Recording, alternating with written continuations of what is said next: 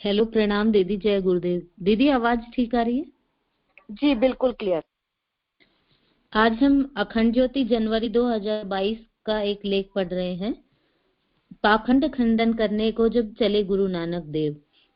श्री गुरु नानक देव जब लाहौर निवासियों से विदा लेकर प्रस्थान करने लगे तो भाई मर्दाना जी ने उनसे पूछा, गुरुदेव अब हम कहाँ जा रहे हैं? गुरु नानक देव ने कहा, भाई जी आप देख ही रहे हैं कि ज्ञानहीन होने के कारण आज लोग धर्म के नाम पर, पाखंड के नाम पर, कर्मकांड के नाम पर कैसे लूटे जा रहे हैं। यदि कोई इन पाखंडों का, कर्मकांडों का विरोध करता है तो पाखंड फैलाने वाले कुछ लोग उस व्यक्ति विशेष को अपनी उदार पूर्ति में बाधक जानकर उसका दमन करने हेतु उस पर मनगढ़ंत आरोप लगाने लगते हैं।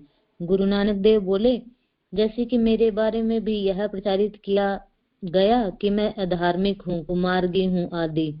अतः जनसाधारण को पाखंड का शिकार होने से बचाने के लिए, उनमें जागृति लाने के लिए हमें उन सभी स्थानों पर पहुंचना होगा जहां से पाखंडवाद फैलाकर जनता को गुमराह करने का काम चल रहा है। इस हेतु हमें उन तथाकथित धर्म स्थलों को अपने प्रचार का क्षेत्र बनाना होगा तथा उन धर्म के ठेकेदारों से लोहा लेकर जनता का मार्गदर्शन करना होगा।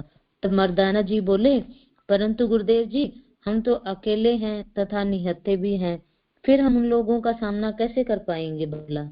नानक जी बोले, आप इसकी चिंता न करें, क्योंकि हम अकेले नहीं हैं। हमारे संग वह कर्ता पुरुष स्वयं है तथा हम लोग शास्त्रार्थ से युद्ध लड़ेंगे, अर्थात केवल विचार विमर्श से समस्त मानव जाति का मन जीतकर उनमें से भूले भटकों को सत्य के मार्ग पर चलने का निर्देश देंगे, जिससे उनके कार्य निष्फल न होकर फलीभूत हों।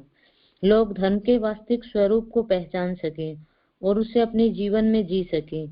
साथ ही धार्मिक अंधविश्वास, धार्मिक पाखंड के शिकार होने से बच भी सके और कर्ता पुरुष के मार्ग पर चलकर अपने जीवन को धन्य बना सके।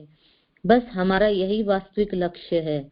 इस पर मर्दाना जी ने फिर प्रश्न किया, गुरुदेव इस कार्य के लिए हमें पहले कहाँ जाना चाहिए? नानक जी बोले, हमें इस प्रकार अपनी योजना बनानी चाहिए कि हम सभी तीर्थ स्थलों पर ठीक उसी समय पहुंचे जब वहां यात्री किसी विशेष उत्सव में भाग लेने के लिए उपस्थित होते हैं।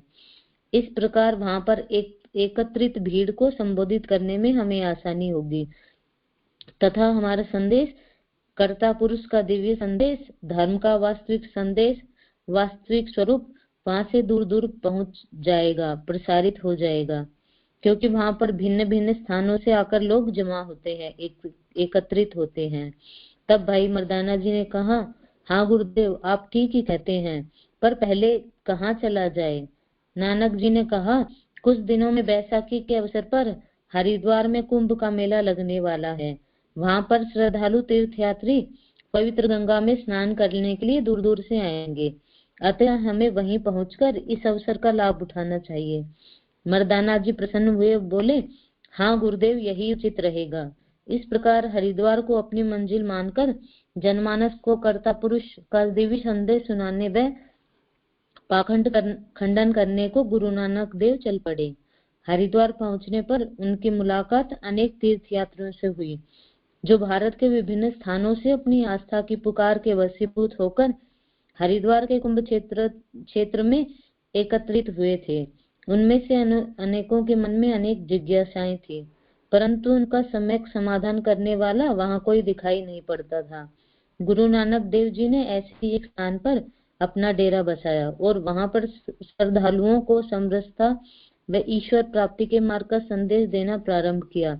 देखते ही देखते वहां अनेक जिज्ञासुओं एवं मुमुक्षुओं की कतारें लगने लगी, जो गुरु नानक देव जी से अपने प्रश्नों का उत्तर चाहते थे। एक ऐसे ही जिज्ञासु भक्त ने गुरु नानक देव जी से प्रश्न किया, महाराज संसार में रहकर भगवान को पाना कठिन क्यों हो जाता है? गुरु नानक देव जी बोले, वत्स संसार का प्रवाह मनुष्य को कामनाओं वासनाओं के फेरे में अनवरत डालता चला जाता है। उससे मुक्ति पाने के लिए बाहर की भागदौड़ से स्वयं को अप्रभावित रखते हुए अपने आंतरिक जगत में परमात्मा को ढूंढने का प्रयास करना चाहिए। वे आगे बोले, यदि तुम ध्यान से देखो तो संसार का निर्माण ही महत्वाकांक्षा की भागदौड़ को पूर्ण करने के लिए हुआ है। तुम्हारे पास घर है इतना पर्याप्त नहीं है। समाज की दृष्टि में तुम भले ही सफल माने जाओगे जब वह घर औरों से बड़ा भी हो। तुम्हारे पास रोजगार व्यापार है इतना पर्याप्त नहीं है, वह औरों से बेहतर भी होना चाहिए। तुम्हारे पास गाय घोड़े हैं इतना पर्याप्त नहीं है, वह औरों से ज्यादा भी होना चाहिए। गुरु नानक देव जी के उस व्यक्ति को समझाते हुए बोले, इस तरह से देखो तो लगता है कि समाज की दृष्टि में प्रगति का अर्थ प्रतिद्वंद्विता है। यहाँ हर व्यक्ति को दूसरे व्यक्ति से आगे निकलने की दौड़ में लगाया जा रहा है और जिसके जीवन में जितनी भागदौड़ मची हुई है वो उसे मन की शांति, चित्त की स्थिरता और परमात्मा की प्राप्ति कैसे हो सकती है? अशांत व्यक्ति के मन में सुख कैसे आ सकता है? गुरु नानक देव जी बोले, इसका समाधान एक ही है कि इस भागदौड़ से स्वयं को मुक्त करते हुए, मन को स्थिर करते हुए ईश्वर की प्राप्ति के लिए अपने संपूर्ण सामर्थ्य का उपयोग किया जाए। आंतरिक जगत में किए गए पुरुषार्थ का नाम ही अध्यात्म है। अपने ऊपर विजय प्राप्त करने वाला ही साधक कहलाता है। गुरु नानक देव जी के उत्तर ने उस जिज्ञासु को पूर्णतः संतुष्ट कर दिया और इस तरह अनेकों का पथ प्रशस्त हुआ। एक लेख और दीदी, महात्मा आनंद स्वामी के अनुभव। महात्मा आनंद स्वामी सरस्वती आर्य समाज के सर्वमान्य संत थे। पूज्य गुरुदेव के साथ उनके बड़े ही गहरे आत्मीय संबंध रहे हैं। जब कभी दोनों की प्रत्यक्ष भेंट होती तो श्री रामचरितमानस की चौपाई मुनि रघुवीर परस्पर नवहि चरितार्थ होती दिखती थी। स्वामी जी हरिद्वार प्रवास के दौरान शांति कुंज में पधारे। शिविरार्थियों के बीच पूज्य गुरुदेव उन्हें स्वयं लेकर पहुंचे। दोनों साथ साथ मंच पर विराजे। स्वामी जी ने उद्बोधन के क्रम में अपनी उत्तराखंड यात्रा का प्रसंग सुनाया। गंगोत्री से ऊपर किसी क्षेत्र का वर्णन था। प्रातः स्नान ध्यान के बाद पर्वतों का हिमाच्छादित मनोहारी दृश्य देख रहे थे। देखा कि एक हिमाच्छादित क्षेत्र के बीच एक चट्टान ऐसी है जिस पर बर्फ नहीं जमी थी। स्वामी जी ने गाइड से पूछा कि इसका क्या कारण है। गाइड ने पदार्थ विज्ञान के अनुसार कुछ तर्क देने का प्रयास किया जो स्वामी जी के गले नहीं उतरा। उन्होंने कहा, यह बचकानी बातें छोड़ो, कोई ठोस बात पता हो तो बताओ। गाइड ने बताया कि ठोस बात क्या है यह तो नहीं जानता, लेकिन इस क्षेत्र में मान्यता यह है कि इस स्थान पर कभी शिव जी ने तप किया था, इसीलिए यहाँ कभी बर्फ नहीं जमती, चाहे जितना हिमपात होता रहे। स्वामी जी कुछ आश्वस्त हुए। उस स्थान को ध्यान से देखकर कहा, वहां चल सकते हो। गाइड दुर्गम क्षेत्र कहकर कतराया। कुछ स्वामी जी के प्रभाव एवं कुछ धन के लालच से आग्रह करने पर तैयार हो गया। 2 घंटे के कठिन परिश्रम के बाद किसी तरह वहां पहुंच गए। स्वामी जी ने कहा, वहां पहुंचकर मैं ध्यान करने बैठा तो मुझे इनकी मतलब गुरुदेव के बारे में बता रहे हैं, पूज्य आचार्य श्री की झलक झांकी मिलती है। शिव जी की तपस्थली पर आचार्य श्री राम की याद क्यों आई, इसका सूत्र मिलता है। पूज्य गुरुदेव द्वारा सुनाए गए नित्य संस्मरण से एक बार पूज्य गुरुदेव के सामने स्वामी जी गायत्री महाविज्ञान में दी गई गायत्री मंजरी की बहुत प्रशंसा करने लगे।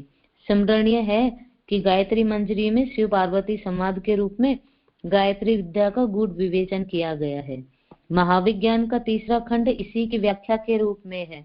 स्वामी जी की प्रशंसा सुनकर पूज्य गुरुदेव मुस्कुराने लगे। स्वामी जी ने प्रश्नवाचक दृष्टि से उनकी ओर देखा। इस रहस्यमयी मुस्कान का मर्म जानना चाहा। पूज्य गुरुदेव ने उनकी गंभीरता को लक्ष्य करके एक रहस्य और हास्य मिश्रित वाक्य बोला। कहा, स्वामी जी जो शरीर छोड़ चुके हैं उन्हीं की बात को महत्व दिया जाता है, तो हम भी एक दिन शरीर छोड़कर दिखा देंगे। स्वामी जी जैसे तपस्वी साधक की समझ में इस संकेत से यह बात आ गई कि आचार्य श्री राम की प्रत्यक्ष काया में एक दिव्य चेतना कार्य कर रही है, जिसका मूल्यांकन काया की दृष्टि से नहीं किया जा सका। शिव जी की तपस्थली पर बैठकर उन्हें आचार्य श्री की याद आई। इसका कारण यही रहा होगा। जिन्हें यह बोध हो गया था कि वे इस संबंध में भगवान शिव की चेतना का प्रत्यक्ष प्रतिनिधित्व कर रहे हैं, वे उन्हें इसी भाव से देखते और श्रद्धा सम्मान देते रहे। एक बार मथुरा गायत्री तपोभूमि में स्वामी जी का पदार्पण हुआ। स्नेह चर्चा के दौरान आचार्य श्री ने कहा, चलिए स्वामी जी माँ के दर्शन करेंगे। स्वामी जी सहज भाव से साथ गए। श्रद्धा पूर्वक मूर्ति को साष्टांग प्रणाम करके 100 रुपए का नोट चढ़ाया। आचार्य समाज में मूर्ति पूजा का विरोध किया करते थे, परंतु स्वामी जी ने श्रद्धा के मार्ग में तर्क को आड़े नहीं आने दिया। यह देखकर आचार्य श्री का मन हर्षित हुआ। उन्होंने स्नेह भरे व्यंग्य के साथ कहा, देख लिया स्वामी जी, अब हम आर्य समाजियों से कहेंगे कि स्वामी जी भी बुत परस्त हो गए हैं। स्वामी जी ने आचार्य श्री को पकड़कर हृदय से लगाया और बोले, प्यारे आचार्य जी, यदि सभी मंदिर आपके मंदिर जैसे हो जाएं, तो मैं आर्य समाज से मूर्ति पूजा के विरोध की बात ही हटा दूंगा। इसी तरह एक बार स्वामी जी हरिद्वार में आर्य समाज के व्यास आश्रम में रुके थे। आचार्य जी ने उनसे मिलने के लिए समय मांगा तो संदेश वाहक से बोले, वे क्यों आएंगे यहाँ, मैं ही पहुंचूंगा उनसे मिलने शांति कुंज। आचार्य जी ने सुना तो हंसे, बोले, नहीं, महात्मा जी हरिद्वार आए हैं तो हमें उनसे मिलने जाना चाहिए। और वे बिना सूचना दिए उनसे मिलने व्यास आश्रम पहुंचे। स्वामी जी के कक्ष में आराम कुर्सी पर बैठे किसी से चर्चा कर रहे थे। साथ गए स्वयं सेवक ने आगे बढ़कर जानकारी दी कि स्वामी जी आचार्य श्री पधारे हैं। तब तक आचार्य वर भी अभिनंदन करते हुए कक्ष में प्रवेश कर गए। स्वामी जी वैसे ही बैठे बैठे स्नेह भरे स्वर में कहने लगे, आप क्यों आए बिना बताए। इतने में आचार्य श्री हाथ जोड़ते हुए उनके पास तक पहुंच गए। स्वामी जी ने बैठे बैठे ही हाथ बढ़ाकर उनके चरण छुए और आचार्य जी उनके चरणों में झुके। इससे पहले स्वामी जी ने खड़े होकर उन्हें हृदय से लगा लिया। पीठ थपथपाते हुए बोले, वाह प्यारे आचार्य जी, चलिए अंदर चलकर बात करते हैं। इसी के साथ मैं अपनी बात को विराम देती हूँ। प्रणाम, जय गुरुदेव। बहुत सुंदर उषा दीदी, बहुत सुंदर आपने बताया गुरुदेव का स्वामी जी के साथ जो एक उनका मिलन हुआ। वो स्वामी जी वहां गए थे एक पहाड़ पर जहाँ बर्फ नहीं जमती थी। जब उन्होंने पूछा गाइड से, और वो थोड़ा आगे बढ़ के एक स्थान पर गए जहाँ साधना करने लगे, तो वहां उन्हें साक्षात गुरुदेव के ही दर्शन हुए। और वहां साधना करने वाले गुरुदेव से उनका साक्षात्कार भी हुआ, और बार बार उनका गुरुदेव से साक्षात्कार हुआ। और वो उनके इतने सहज रूप से जब हरिद्वार में पहुंचे तो उनका ये था कि नहीं, मैं आचार्य जी से मिलने जाऊंगा। बट वो ये देख के हैरान रह गए कि गुरुदेव खुद उनसे मिलने के लिए आए हैं, और वो भाव विभोर हो गए। तो ऐसे हैं गुरुदेव हमारे। और दूसरा आपने बताया कि जन साधारण में जागृति लाने के लिए धर्म के ठेकेदारों से गुरु नानक देव ने कैसे लोहा लेकर और समाज में विचार क्रांति अभियान के द्वारा जागृति लाने का प्रयास किया। बैसाखी में कुंभ के मेले में जाकर जनमानस को जगाने के लिए पहुंच गए थे वो। और उन्होंने बताया कि मन को स्थिर करके ही आंतरिक स्वरूप को जागृत करने में व्यक्ति सक्षम होता है। बहुत सुंदर आपने बताया। और बाद में मैं सारिका से कहूंगी कि सारिका इनको और अपने ढंग से एक्सप्लेन कर देंगी। अभी मैं मीना भाभी को इनवाइट करती हूँ। मीना भाभी, अगर आपका माइक और सब ठीक हो गया, आप सही बैठ गए हैं, तो मीना भाभी। सभी को प्रणाम। आज मैं अखंड ज्योति से राष्ट्रधर्म के प्रणेता गुरु गोविंद सिंह जी के बारे में एक लेख पढ़ने जा रही हूँ। जिनका आवाज सही आ रही है? जी मीना भाभी जी। 30 मार्च 1699 को वैशाखी का पवित्र पर्व था। 80,000 से ज्यादा लोगों की संगत उस वैशाखी के पवित्र पर्व पर हुई थी, और हर कोई जो उस महापर्व का अंग बन रहा था वह गुरु गोविंद सिंह जी के दर्शनों के लिए व्याकुल था। गुरु गोविंद सिंह जी के हृदय में पर कुछ और ही योजना चल रही थी। वे अपने शिष्यों की अग्नि परीक्षा लेना चाहते थे। जैसे ही पूर्व पूजन का कर्म संपन्न हुआ, वैसे ही वे एक तलवार लेकर मंच पर प्रकट हुए और जोर से गरजते हुए स्वरों में बोले, इस भीड़ में क्या कोई ऐसा है जो सच्चा बलिदान देने को तैयार है? सभी के सिर उत्सुकता से मंच की ओर मुड़ गए। सभी सोचने लगे कि आज गुरुदेव क्या चाहते हैं। गुरु गोविंद सिंह अपनी बात स्पष्ट करते हुए बोले, है कोई सिख बेटा जो करे अपना शीश भेंटा? और किसी भेंट की मुझे कामना नहीं है।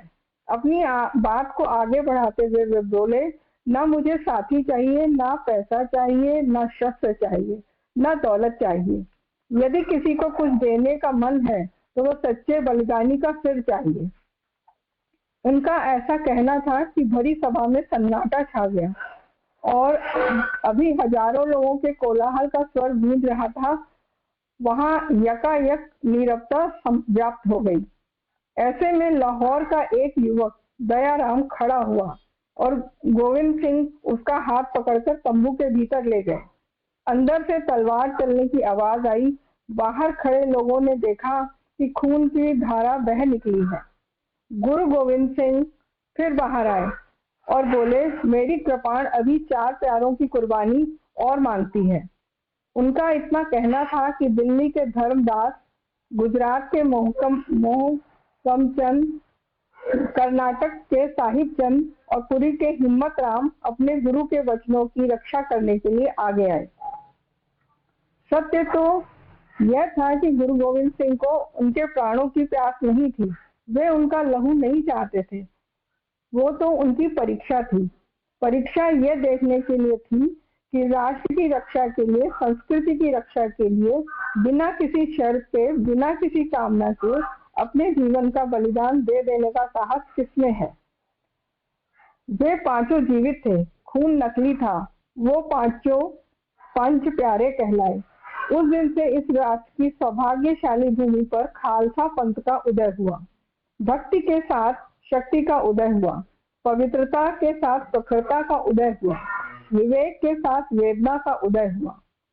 यदि उस दिन इस धरती पर उस गौरवशाली सोच का उदय ना हुआ होता, हमारे हृदय में भक्ति और हमारे कर्म में शौर्य की जरूरत है, तो संभवतः इस भूमि पर संस्कृति, सभ्यता, संस्कार, इन सबको सुरक्षित रख पाना संभव नहीं हो पाता। यह सोच इस भारत की भूमि को देने वाले कालजयी व्यक्तित्व गुरु गोविंद सिंह जी का यह देश सदा ही ऋणी रहने वाला है। उनके जैसे युगांतकारी व्यक्तित्व कभी कभी ही इस धरती पर आते हैं। एक अद्भुत साधक, तपस्या की प्रतिमूर्ति, अद्भुत संगठनकर्ता, पराक्रमी योद्धा, महान संत, ये सभी उनके महानतम व्यक्तित्व के अनेकों आयामों में से कुछ आयाम हैं। हजारों व्यक्ति के बराबर का जीवन उन्होंने अकेले में जिया। इस राष्ट्र की रक्षा के लिए उन्होंने अपने संपूर्ण परिवार को बलिदान करने में संकोच नहीं किया। जब उनकी धर्मपत्नी ने उनसे पूछा, मेरा तो एक पुत्र भी जीवित नहीं रहा, तो अब मैं किसे देखूं? तो उन्होंने उत्तर दिया, इन पुत्रन के शीश पर वार दिए सुचार, 4 हुए तो क्या हुआ, जीवित कई हजार। गुरु गोविंद सिंह का जीवन हमें राष्ट्रभक्ति का संदेश देता है। उनका जीवन हमें सिखाता है कि देश के लिए मर मिटना, खून का एक एक कतरा बहा देना, अपनी एक एक सांस को सौंप देना ही सच्चा धर्म है। वह समाज को ये सिखा कर गए कि धर्म तोड़ना नहीं सिखाता, जोड़ना सिखाता है। धर्म गिरना नहीं सिखाता, उठना सिखाता है। बटना नहीं सिखाता, मिटना सिखाता है। इसलिए उन्होंने 2 शब्दों का प्रयोग किया। एक का नाम है संगत और दूसरे का नाम है पंगत। संगत का मतलब है अंतःकरण में इस भाव को धारण करना कि मैं परमपिता परमेश्वर की संतान हूँ, छोटे कार्यों को करने के लिए धरती पर नहीं आया हूँ। और पंगत का मतलब सब समान है। आज इस देश को इसी एकत्व के भाव वाली, समानता के भाव वाली सोच की जरूरत है। किसी समय में उन्होंने कहा था, 1.25 लाख से 1 लड़ाऊं चिड़ियों से मैं बाढ़ लड़ाऊं, तब गुरु गोविंद सिंह नाम कहाऊं। आज वैसे ही व्यक्तित्वों को आगे आने की जरूरत है जो राष्ट्र के स्वाभिमान की रक्षा के लिए लाखों से लड़ पाने की स्थिति में हों। ऐसे व्यक्तित्वों को जन्म देने की सोच देने वाले गोविंद सिंह जी को उनकी जयंती पर आज एक भाव भरा नमन प्रेषित है। धन्यवाद। बहुत सुंदर मीना भाभी। 1.25 लाख से एक लड़ाऊं, चिड़िया संग बाज लड़ाऊं। तो श्री गोविंद सिंह जी का ये मंत्र तो सभी को पता है। और कैसे उन्होंने पंच प्यारों को पाया कि बैसाखी के पर्व पर उन्होंने मंच पर हुंकार भर दी कि मेरे को शीश का बलिदान चाहिए। कौन आता है आगे? कहाँ तो पूरी सभा में अच्छा खासा एक शोर था और ये उनकी आवाज सुन के, उनकी ये बात सुन के सभी शांति छा गई। तभी एक यंग सा बच्चा आगे आया, उसने कहा कि मैं आपके लिए अपना शीश देने के लिए तैयार हूँ, और उसको अंदर एक रूम में ले गए और बाहर सभा में देखा कि लोगों ने कि बाहर एक खून की धार आ रही है। और फिर उन्होंने स्टेज पे जाके, फिर सभा में जाकर उन्होंने मंच पर जाकर फिर बोला कि और मुझे और शीश चाहिए। तो 4 बच्चे और आगे आए जो कि सहर्ष तैयार हो गए कि हम आपके लिए बलिदान देने के लिए, अपना शीश देने के लिए तैयार है। और वो उन्हें भी बेसिकली उनको उनका शीश नहीं चाहिए था, उन्हें ये चाहिए था कि कौन इस समाज के विरुद्ध खड़े होने के लिए, समाज में इसके द्वारा वो समाज में एक भक्ति, शौर्य, विवेक का उदय करना चाहते थे। और यही 5 शिष्य उनके पंच प्यारों के नाम से जाने गए आखिरकार। और उन्होंने समाज को संगत और पंगत, बहुत सुंदर आपने बताया कि संगत और पंगत 2 बहुत महत्वपूर्ण रूल समाज को दिए कि सब एक साथ एक समान है। पंगत मतलब सब एक समान बैठ के खाएंगे, संगत मीन्स सब एक साथ बैठ के अब स्वाध्याय करें, कुछ अच्छी बातें आपस में डिस्कस करें। बहुत सुंदर, बहुत सुंदर। अब मैं अनामिका जी से कहूंगी, जैसे सारिका ने बताया था कि एक बार आप फिर से अपना हम सबको सुना दीजिएगा, क्योंकि उस समय रिकॉर्डिंग नहीं हो पाई थी। अनामिका दीदी।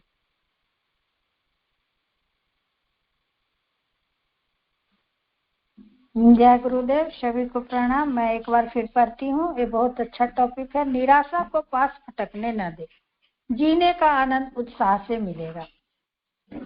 अतुलित वैभव, अनंत धन और अगिनत सुविधाओं के होते हुए भी निराश व्यक्ति का जीवन इस संसार में भारतुल्य ही होता है।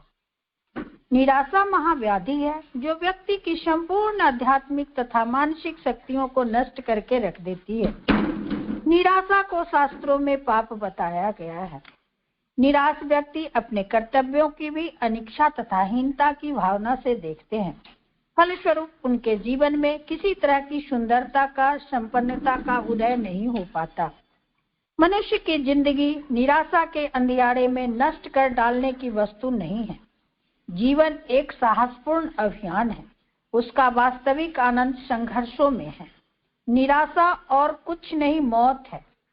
पर लगन और उत्साह से मौत को भी जीत लिया जाता है। जैसे हम लोग गुरुदेव के क्रांति धर्मी साहित्य में पढ़े थे कि उस महिला को कैंसर था। डॉक्टर ने बोला 6 महीने आप बचेंगी। उस महिला के पास पैसे नहीं थे।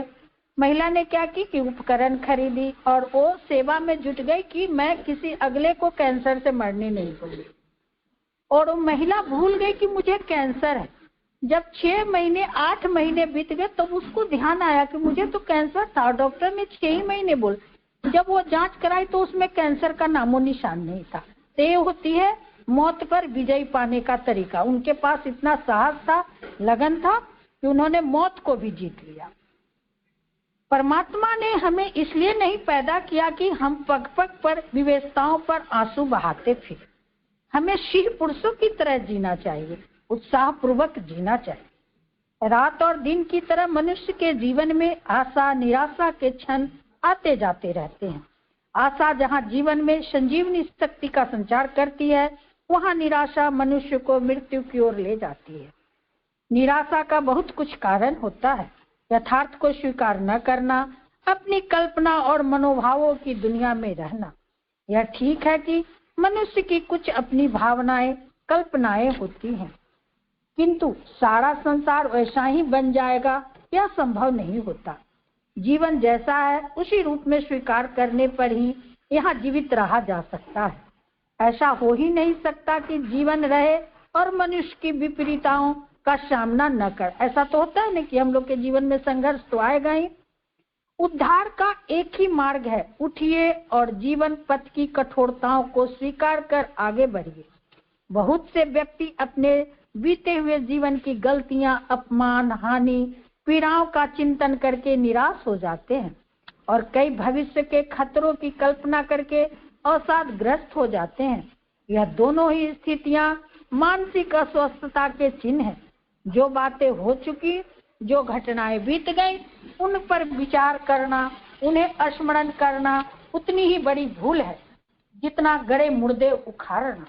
इसी तरह भविष्य की यह भयावह तस्वीर बना लेना भी भूल है। आगे क्या होगा यह तो भविष्य ही बताएगा। भविष्य के प्रति उज्जवल संभावनाओं का विचार किया जाए। निराशा का मनुष्य के दृष्टिकोण से अधिक संबंध होता है। जिनका दृष्टिकोण, भावनाएं स्वार्थ प्रधान होती हैं, जो अपने ही लाभ के लिए जीवन भर व्यस्त रहते हैं, उन्हें निराशा, असंतोष, अवसाद ही परिणाम में मिलता है। यह एक बहुत बड़ा मनोवैज्ञानिक सत्य है। जिनके जीवन में परमार्थ सेवा, जन कल्याण की भावनाएं काम करती हैं, उनमें आशा, उत्साह, प्रसन्नता की धारा निश्चित होती रहती हैं। निराशा मनुष्य का सबसे बड़ा शत्रु व ईश्वर का अभिशाप है। मनुष्य की शारीरिक और मानसिक शक्तियों को समूल नष्ट करने वाली है यह निराशा। निराशा का मूल कारण है आत्मविश्वास की कमी। कैसी भी बात क्यों न हो, उसे गुप्त कभी भी नहीं रखनी चाहिए। जहां तक हो सके अपने परिजनों, मित्रों में व्यक्त कर देने से अपनी आधी कठिनाई तत्काल समाप्त हो जाती है। अपनी कठिनाइयों को समस्या का रूप मत दीजिए। परिस्थितियों के अनुसार अच्छे बुरे सभी तरह के परिणाम भुगतने के लिए अपना दिल और दिमाग मजबूत रखिए। दिन के 24 घंटे काम में लगे रहिए। न मिलेगा समय, न आएगी निराशा। यह सिद्धांत ही सर्वोत्तम है। संघर्ष के क्षणों में हार मान लेना यह मनुष्य की सबसे बड़ी भूल है। जो हमेशा परमात्मा को अपने पास समझता है वह सभी निराशाओं और कष्टों से ऊपर उठ जाता है। जिन कठिनाई और संघर्षों से सामान्य जन भयभीत बने रहते हैं, ईश्वरवादी उन्हें अपनी प्रगति, अपने विकास का माध्यम मानता है और उसका सहर्ष स्वागत करता है। निराशा मनुष्य जीवन की भयंकर शत्रु है। यह जीवन को धुन की तरह चाटकर खोखला कर देती है। निराशा की पकड़ में फंसे हुए मनुष्य का मन मस्तिष्क निषेधात्मक प्रवृत्तियों का केंद्र बन जाता है। निराशा का जन्म अधिकतर असफलताओं से हुआ करता है। असफलता जीवन में असंभाव्य घटना नहीं है। असफलताओं में जो निराश नहीं होता, निरुत्साहित नहीं होता, वह अंत में इतनी बड़ी सफलता पाता है जो कि स्वर्ण अक्षरों में लिखी जा सके। असफलताएं मनुष्य के धैर्य, साहस और पुरुषार्थ की कसौटी है। उत्थान का ऊर्ध्वगामी भाग सफलता असफलताओं के सोपानों से ही बना हुआ है। जो निराश है वह कायर है और जो कायर है वह संसार का कोई भी कार्य नहीं कर सकता। संसार में जितने राष्ट्रद्रोही हुए हैं उनके इस कुत्सित कर्म में निराशा का हाथ अवश्य रहता है। नैराश्य को प्रशय देने का अर्थ है संसार के सारे पाप तापों के लिए जीवन का द्वार खोल देना। जिस प्रकार सुनसान और अंधकार से भरे खंडहर में कीड़े मकोड़े, घास फूस, चमगादड़, उल्लुओं का निवास हो जाता है, उसी प्रकार निराशा से अंधेरे मन में कुत्सित भाव, ओछे विचार और विपरीत बुद्धि का निवास हो जाता है। मनुष्य को किसी भी अवस्था अथवा परिस्थिति में निराश नहीं होना चाहिए। 100 असफलताएं मिलने पर भी जो 101वें बार प्रयत्न करता है वह अवश्य सफल होता है। संघर्ष में जीवन पथ पर आगे बढ़ते समय मनुष्य को कई बार अनुकूल प्रतिकूल परिस्थितियों का सामना करना पड़ता है। जीवन में न जाने कितने अवसर आते हैं जब मनुष्य को कड़वे घूंट पीने पड़ते हैं। कमल की प्राप्ति के लिए दलदल और कीचड़ में होकर गुजरना पड़ता है। गुलाब का फूल तोड़ते समय कांटों का आघात लग जाना स्वाभाविक है। कहावत है, स्वच्छ शरीर में स्वच्छ मन निवास करता है। निराशा चाहे किसी भी कारण से पैदा क्यों न हो, जीवन के लिए एक अभिशाप है। यह मनुष्य के कर्तव्य और पुरुषार्थ को छलना की जंजीरों में जकड़ लेती है। मुंशी प्रेमचंद्र के शब्दों में निराशा चारों ओर अंधकार बनकर दिखाई देती है। लोकमान्य तिलक ने कहा है, निराश व्यक्ति के जीवन में कोई भी वस्तु प्रसन्नता नहीं भर सकती, उसे पग पग पर मृत्यु दिखाई देती है। स्वेट मार्टिन ने लिखा है, सभ्यता में उस व्यक्ति के लिए कोई स्थान नहीं जो जीवन से निराश हो बैठा है। जीवन पथ पर आगे बढ़ने के लिए हमें स्वस्थ, सबल, रचनात्मक मनोभूमि की अत्यंत आवश्यकता है। नकारात्मक कुविचारों को हटाकर रचनात्मक, विधेयात्मक दृष्टिकोण अपनाने पर दुखदायी परिस्थितियां भी मनुष्य के लिए सुखकर परिणाम पैदा कर देती हैं। वस्तुतः स्वस्थ मनोवृत्ति का व्यक्ति सुख और आनंद को ही जीवन का सर्वस्व नहीं मानता। एक सीमा तक उन्हें उपयोगी भी माना जा सकता है। आशा मनुष्य का शुभ संकल्प है। प्राणियों में वह अमृत है। जैसे सारा वनस्पति जगत सूर्य से प्रेरणा पाता है, वैसे ही मनुष्य में आशाएं की पूर्ण शक्ति का संचार करती हैं। संसार में आने के उद्देश्य की पूर्ति है के लिए हे मनुष्यों, तुम्हें सर्वप्रथम आशावादिता का आश्रय लेना चाहिए। आशाएं जीवन का शुभ लक्षण है। इनके सहारे मनुष्य घोर विपत्तियों में दुश्चिंताओं को हंसते हंसते जीत लेता है। जो केवल दुनिया का रोना रोते हैं, उन्हें अर्धमृत ही समझना चाहिए। किंतु आशावान व्यक्ति पौरुष के लिए सदैव समुद्रत रहता है। वह अपने हाथ में फावड़ा लेकर टूट पड़ता है, खेतों में मिट्टी से सोना पैदा कर लेता है। आशावान व्यक्ति अपने भाग्य का निर्माण स्वयं करता है। तुर्क सम्राट तैमूरलंग कई युद्धों में लगातार पराजित होता रहा। 21वीं बार उसके अंगरक्षक सैनिकों को छोड़कर और कोई शेष न रहा। वह एक गुफा में बैठा विचार कर रहा था, तभी एक चिकने पत्थर पर चढ़ने का प्रयास करती हुई चींटी दिखाई दी। वह बार बार गिर जाती, किंतु ऊपर चढ़ने की आशा से पुनः प्रयास करती। यह देखकर तैमूर के हृदय में फिर से आशा का संचार हुआ। उसने सोचा, यदि छोटी सी चींटी इतनी बार असफल होने पर भी निराशा नहीं होती और वह अपना प्रयत्न नहीं छोड़ती, इतना साहस देख सोचा तो मैं ही हिम्मत क्यों हारूं। वह नई शक्ति जुटाने में लग पड़ा और फिर से दुश्मन पर विजयी पाई। आशाएं पुरुषार्थ को जगा देती हैं, जिसमें मनुष्य बड़े से बड़े कार्य करने में तैमूरलंग के समान ही समर्थ होता है। चरित्रवान व्यक्ति कभी निराश नहीं होते, क्योंकि उनकी भावनाएं उदात्त एवं ऊर्ध्वगामी होती हैं। वे हर क्षण कठिनाइयों से लड़कर अपना अभिष्ट पा लेने की क्षमता रखते हैं। सत्यवादी हरिश्चंद्र यदि गुरु दक्षिणा चुकाने में निराश हो गए होते तो आज संसार में उन्हें कौन जानता। मनुष्य परिस्थितियों का वश वर्ती नहीं, वह अपने भाग्य का स्वयं निर्माण करता है। आशा और आत्मविश्वास चिर संगी है।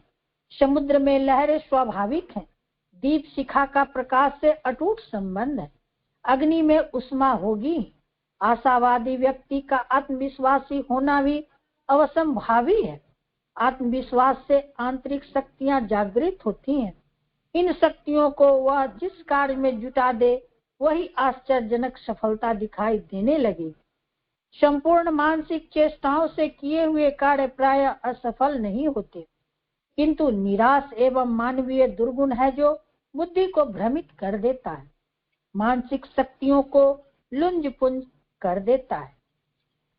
मैं अपनी वाणी को ही विराम देती हूँ। मुझे यह बहुत अच्छा लगा था टॉपिक। तो मैं जब 10 तारीख को गांधी मैदान पटना से आई थी तो मैं सोची थी कि अगले वेडनेसडे को स्वाध्याय में अब मैं जरूर पढ़ूंगी। और जी अनामिका जिनमें दीदी, भैया ने एक बार फिर से। और अब मैं मीकू से रिक्वेस्ट करूंगी, मीकू आहुतियों के साथ आज के स्वाध्याय का क्रम समाप्त करेंगे। सबसे पहले नमन करेंगे। ओम नमो स्वनंताय सहस्रमूर्तये सहस्रपादाक्षिशिरो रुबाहवे सहस्रनाम्ने पुरुषाय शाश्वते सहस्रकोटियुगधारिणे नमः। मीकू आहुति के साथ आज के स्वाध्याय का समापन करेंगी। धन्यवाद।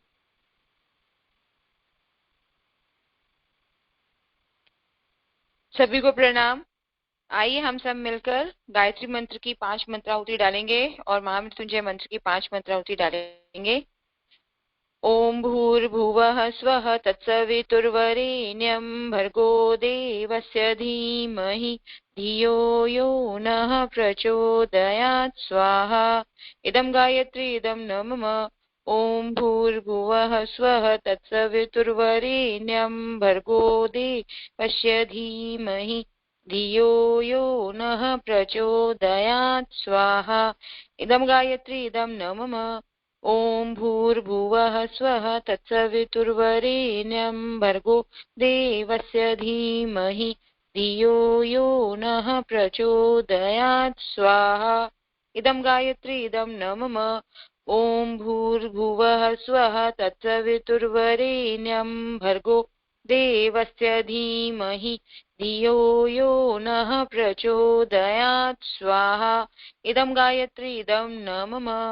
ओम भूर्भुवः स्वः तत्सवितुर्वरेण्यं भर्गो देवस्य धीमहि धियो यो नः प्रचोदयात् स्वाहा।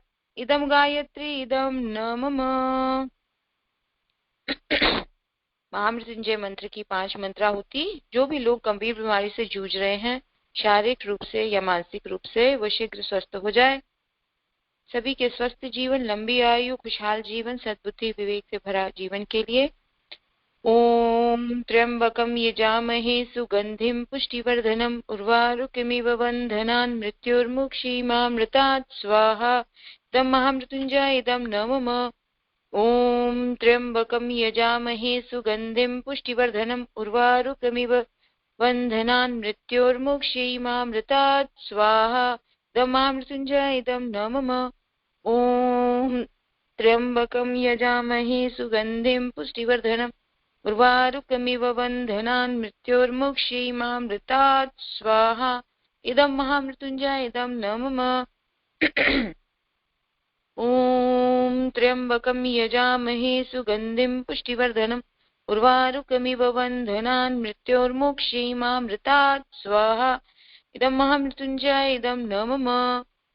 ओम त्र्यंबकं यजामहे सुगंधिं पुष्टिवर्धनम् उर्वारुकमिव बन्धनान् मृत्युर्मुक्षीमामृतात् स्वाहा। इदं महामृत्युंजय इदं न मम।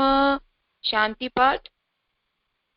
ओम द्यौः शांति अंतरिक्षगं शांति पृथ्वी शांति रापः शांति रोषदयः शांति वनस्पतयः शांति विश्वे देवाः शांति ब्रह्म शांति सर्वगं शांति शांतिरेव शांति सामा शांतिरेधि। ओम शांति शांति शांति सर्वारिष्टा शांतिर्भवतु। सभी लोग 1:30 बजे ज्योति अवतरण साधना में और 5:40 गायत्री चालीसा, 6 बजे नादयोग में आने का प्रयास कीजिएगा। अवश्य आइएगा। अभी मैंने एक मैसेज देखा, सॉरी मैंने नहीं देखा, अनामिका दीदी, अंकिता के लिए हम लोग सब अंकिता के लिए प्रेयर कर देंगे। आई थिंक तबीयत ठीक नहीं है, तो अंकिता के लिए हम लोग सब प्रेयर कर देंगे। अपने घर में जब भी वैश्य बलि की आहुति डालेंगे, अंकिता के नाम से भी आहुति डाल दीजिएगा। सभी का बहुत बहुत धन्यवाद। सभी को प्रणाम।